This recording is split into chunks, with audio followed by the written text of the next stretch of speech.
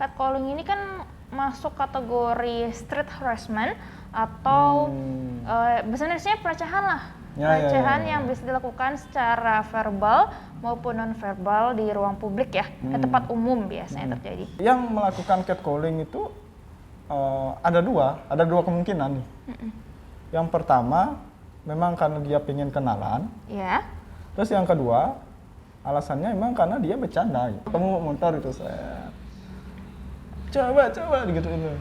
Aneh ya, yang pasti mengganggu konsentrasi berkendara itu bahaya. Apakah wanita selemah itu?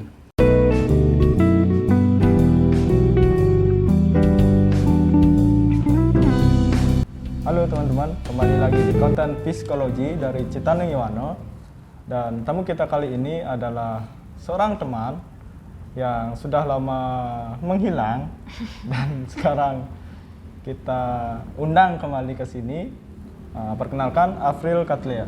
Iya, halo semuanya, nama aku Afril, panggil aja Afi. Oke. Sebenarnya nggak ngilang, masih di rumah yang sama, masih di sini juga di kota yang sama. Cuman karena kesibukan masing-masing, terus kita juga pisah sekolah gitu. Jadinya memang belum sempat ketemu sebelum-sebelumnya dan kebetulan sekarang baru ada waktu untuk bertemu. Sebenarnya yang hilang tuh aku sih. Oh gitu ya? Kemana hilangnya? Hilangnya ya kemana-mana. Oh gitu, oke. Aku sih di sini aja. Ya itu dah. Jadi gini Ti, sama seperti teman-teman ngobrol aku yang sebelumnya. Yes. Aku mau nanya point of view-mu terkait dengan fenomena yang terjadi di masyarakat saat ini. Yes. Yaitu adalah catcalling. Oke. Nah, kamu tahu sendiri kan di sosial media, catcalling itu sekarang seakan-akan jadi apa-apa catcalling itu. Aku mau tahu sebenarnya catcalling itu apa sih? Oke. Dari pengertiannya kan catcalling, cat kucing, calling itu memanggil kucing. Iya.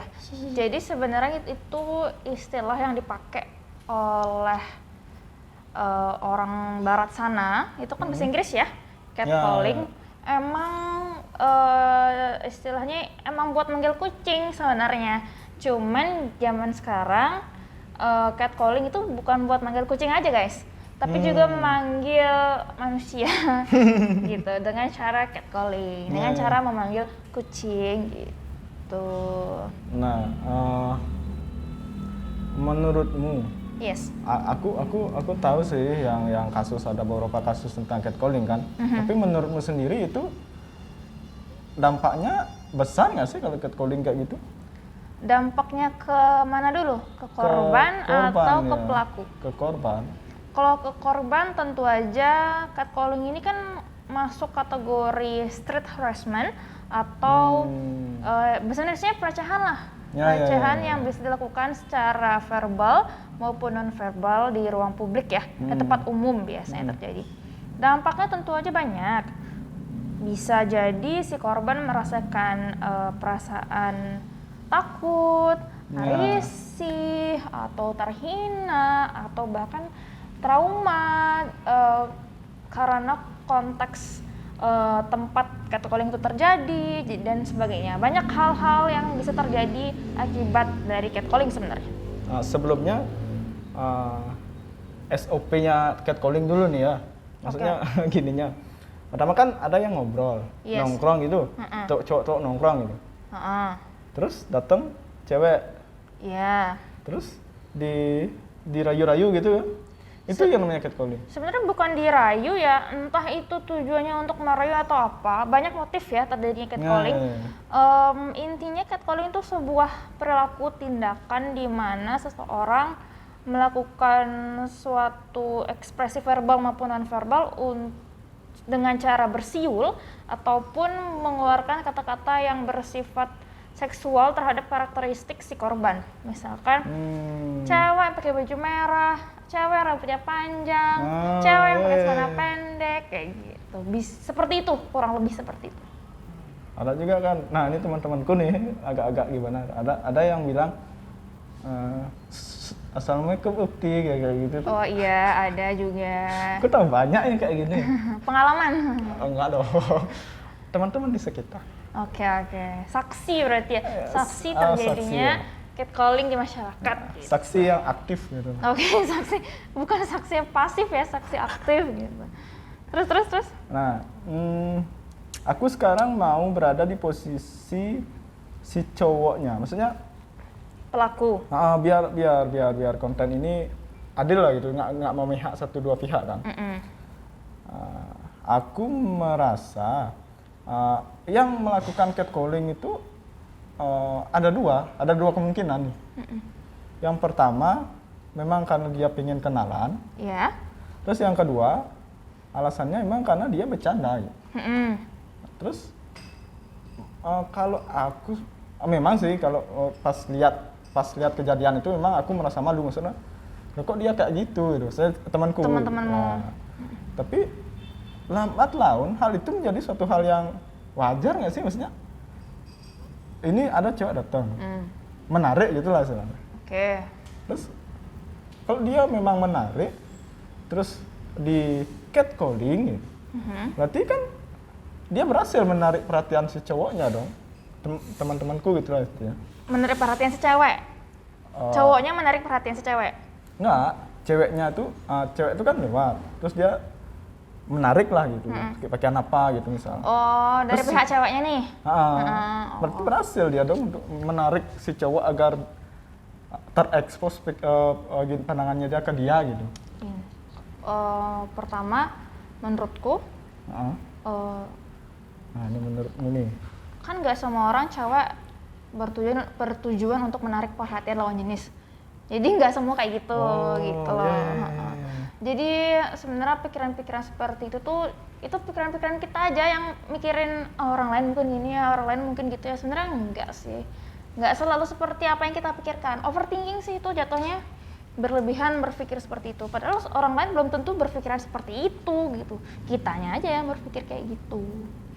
Terus yang tadi masalah 2 poin itu alasan kenapa catcalling terjadi gitu, menurut pendapatmu itu sebenarnya gini, yang pertama, kalau mau menarik perhatian lawan jenis, bukankah alangkah baiknya membuat lawan jenis merasa aman, nyaman, merasa senang gitu, bukan malah melakukan catcalling yang ujung-ujungnya lawan jenis akan merasa risih, takut, merasa kesel gitu kan, jadinya kontradiksi ya dengan apa yang si laki-laki ini inginkan untuk menarik perhatian si perempuan.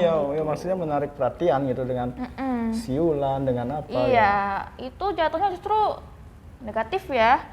Kalau mau kenalan, kenapa nggak langsung aja 4 mata kenalan baik-baik, kan bisa dengan cara yang sopan gitu. Entah itu pendekatan melalui chat dulu atau ketemu langsung orangnya, ngobrol, boleh nggak ngobrol dan sebagainya. Kan banyak cara yang bisa dilakukan untuk pendekatan gitu. Nggak harus catcalling. Kenapa justru malah melakukan catcalling dengan tujuan untuk menarik perhatian lawan jenis? Kan itu menurut aku itu nggak masuk akal ya gitu. Kayaknya sih dia win-win solution gitu, maksudnya mungkin si cewek tuh pakai motor gitu misalnya. Iya. Kan nggak mungkin kita stop gitu. Caranya dia agar dia menarik perhatian si cewek, woi gitu loh. Ya itu kan kayak preman ya, woi itu kayak mau manggil taksi gitu kan. Itu Iya jadinya ya kalau aku ya di posisi si perempuan, Ya, ini orang nggak kenal ngapain gini emang aku taksi yang Gojek gitu kan. Kan jadinya malah kemana-mana ya, persepsinya salah gitu. Kamu motor itu saya. Coba digituin loh. Aneh ya, pasti mengganggu konsentrasi berkendara itu bahaya. Gitu, bahaya banget. Oke. Intinya banyak cara yang harus dilakukan, kenapa harus itu gitu loh. Aku kadang-kadang suka nggak ngerti ya kenapa harus itu dari sekian banyak hal yang bisa kamu lakukan. Kalau kamu nggak tahu mesti ngapain, Google guys. Cara PDKT yang sopan, nah itu ada pasti keluar gitu. Iya sih. Dan nggak mungkin ada catcalling di list-list itu, nggak mungkin ada. Nggak ada. Semi catcalling itu nggak ada? Iya, nggak ada. Nah terus sekarang kan kita berada di posisi misal yang menjadi korban. Itu dampaknya akan signifikan nggak sih? Maksudnya kalau pengalamanmu nih, kamu pernah nggak ngelihat orang sampai dia malu jalan ke sana, ke arah sana gitu, atau malu berada di lingkungan keramaian gitu mungkin? Mungkin ada aja ya. Kalau misalkan orang seperti itu ada aja.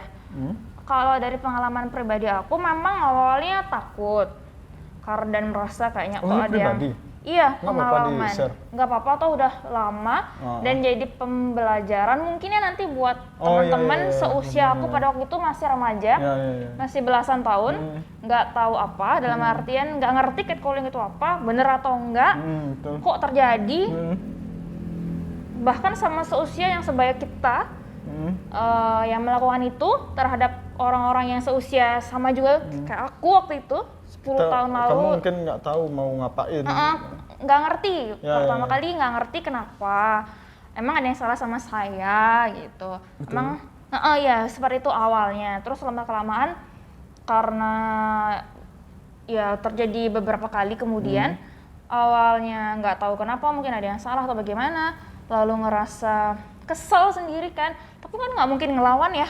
Mungkin Karena itu laki-laki dan mereka berbanyak, aku sendiri kan nggak mungkin, kalaupun sama teman kan nggak mungkin juga, pokoknya perlawanan secara fisik itu dan verbal itu nggak, itu bakal mancing-mancing menjadi besar bahkan ya. efeknya lebih parah mungkin. Iya, mungkin nanti malah mereka tersinggung apa gimana gitu, padahal kita maksudnya baik-baik untuk mengingatkan iya. untuk tidak seperti itu. Ya, betul. Malah gimana-mana, ya udah akhirnya lambat laun cuek aja. Jadi ya udah gitu. Ya biarkan mereka dengan kegiatannya, kan nggak kenal juga soalnya, Oh, nggak iya kenal, juga, itu ya. orang asing ya. Ya aku dengan kegiatanku mau lewat jalan sana ya lewat aja gitu. Cuek aja sih pada akhirnya gitu. Nah, kalau misalnya itu terjadi pada orang yang kita kenal, Iya. maksudnya nih, aku nih, soalnya kan temenmu, melihat di jalan gitu. Afi gitu. Itu catcalling nggak? Enggak, itu nggak catcalling ya, walaupun dia juga bersiul misalkan. Oh ya. Gitu. Ya, aku ngajak Manggil teman. nama itu enggak ya. Karena menurut pengalamanku biasanya kalau itu terjadi kita tuh lagi nggak lihat buru-buru, nggak lihat sekitar, tentunya kita ada teman yang agak jauh mau manggil kita kayak gitu, terus akhirnya kita samperin, oh iya ada apa, akhirnya ngobrol biasa, ya itu nggak menimbulkan rasa takut, terhina dan sebagainya, kan jadi ya nggak masuk kategori catcalling gitu. Karena banyak kan, ada beberapa teman di rumah, wah ini catcalling, padahal ya enggak semua, belum tentu. Tidak semua bentuk siulan itu termasuk catcalling. Kalau kita siulin burung kan nggak catcalling namanya. Iya dong. Walaupun biasanya catcalling itu terjadi berupa siulan ya, tapi tidak selalu siulan itu catcalling itu. Tergantung konteksnya. Biar di rumah juga, misalnya ada sesuatu yang hype gitu. Misalnya catcalling sekarang hype kan, semua dikatain catcalling. Iya. Healing semua. Healing nggak penting gitu. Iya. Terus ini kan tadi udah win-win solution ya. Menurutmu sekarang solusinya apa sih? Maksudnya dari pihak si cowok dan pihak si cewek itu harus ngapain? Ngapain bagaimana dulu? Misal cowok nongkrong gitu. Pengalaman lah nih, pengalamanku aja. Kan kita nongkrong nih sama teman-teman cowok gitu. Ketika ada cewek lewat gitu, teman-teman tuh otomatis dia, maksudnya punya radar gitu. Oke. Apakah itu maksudnya itu kan otomatis dia gitu, mungkin maksudnya bercanda atau gimana gitu.